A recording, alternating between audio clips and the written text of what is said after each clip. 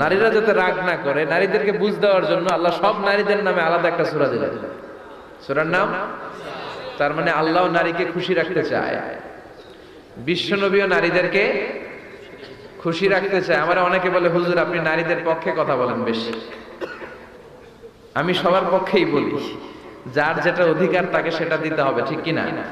নারীরা সম্মানিতা, তাদেরকে সম্মান দিতে হবে। বিশ্বনবী তাদেরকে সম্মান দিতেন। মা আয়েশাকে বিশ্বনবী সবসময় আগে সালাম দিতেন।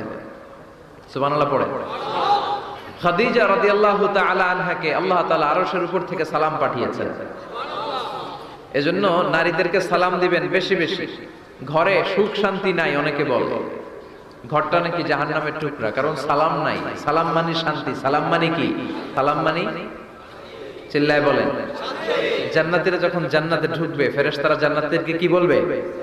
সালাম, শান্তি, এন্টার